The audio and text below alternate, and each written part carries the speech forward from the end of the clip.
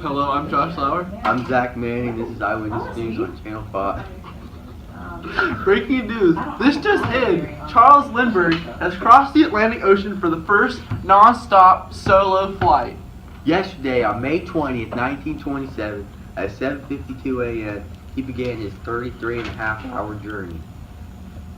He took off from Roosevelt Field, Long Island, New York, and then 3,500 miles later, he arrived at Lindbergh Field, Paris. He took off from Roosevelt Field, Long Island, New York, and then 3,500 miles later, he arrived in Lindbergh Field, Paris, France, at 10:22 p.m. Charles took with him 4 sandwiches. I couldn't survive all 4 sandwiches. 2 canteens filled with water and 551 gallons of gasoline.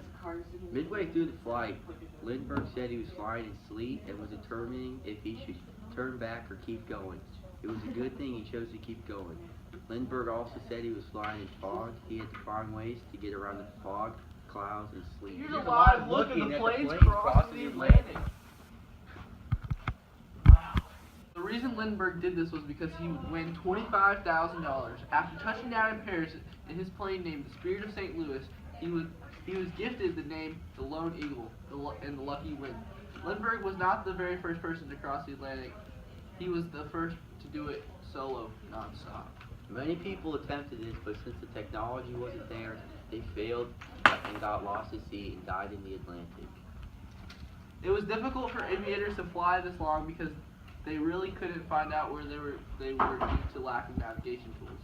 The pilot didn't have much time to fix the position, so even minor mishaps could be fatal.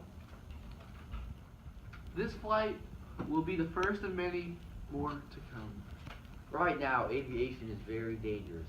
3 days ago, Major Harold Geiger died in his Airco DH-4 in Pennsylvania. This just in, here's a live look at Lindbergh Field in Paris. By 100,000 people, he was instantly the most famous man in the world, and people were tearing his plane apart to get a piece of the action of the Spirit of St. Louis. But the real question is, how did a 20-year-old gather the money to buy a plane to fly across the Atlantic? We have an interview now with Charles Lindbergh to answer some unknown questions about his life. So, Charles, tell me how it feels to be internationally famous. It feels great. Everyone knows who you are and everyone comes up to say hi to you when you're just walking around. So Charles, tell me more about yourself. Well, I'm also a daredevil and a stunt pilot, and my dad is a U.S. congressman. As a child, who did you look up to? Mostly my dad, because, I always wanted to be a congressman, but I turned out to be a pilot, so. Do you have any interests besides flying? Well, I really like to play basketball. I think I'm very good. I play for an AAU team.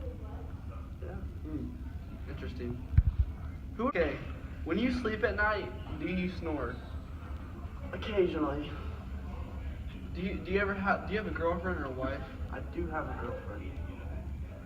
Are you scared of heights? Yes. So when you're in your plane, do you ever look down? Never. Even when you're crapping out the window, like you said. Oh, you always look up.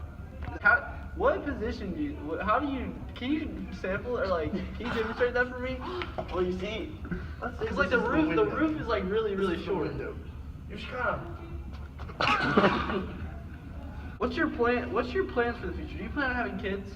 I do plan on having 7 kids. If you could travel anywhere in the world right now, where would it be? Antarctica. Is there a reason? Dude, I want to see some penguins. Polar bears are pretty cute to me. Charles, tell me a little bit about your family. Well, my mom's name is Evan Jolie, and my dad's name is Charles. So, do you have a girlfriend? I do. Actually, I know you have a girlfriend. This is her. Tell me a little bit about her. Well, her name's Anne Moreau, and we plan to have lots of kids in the future and get married. Getting married? That's nice. Thank you. We're wrapping it up today. Thank you, Charles, for your words, for your inspiration to all. Thank you. Just thank you. One of the important things that happened today is that in Shanghai, China, there was an 8.3 magnitude earthquake. Its name was Nan Chan earthquake, and it killed over 40,000 people. Alright, that's a wrap for our show. Thanks for Thanks watching. for watching. Channel 5 News. Come back again next week. Pound it, noggin, throw the computer.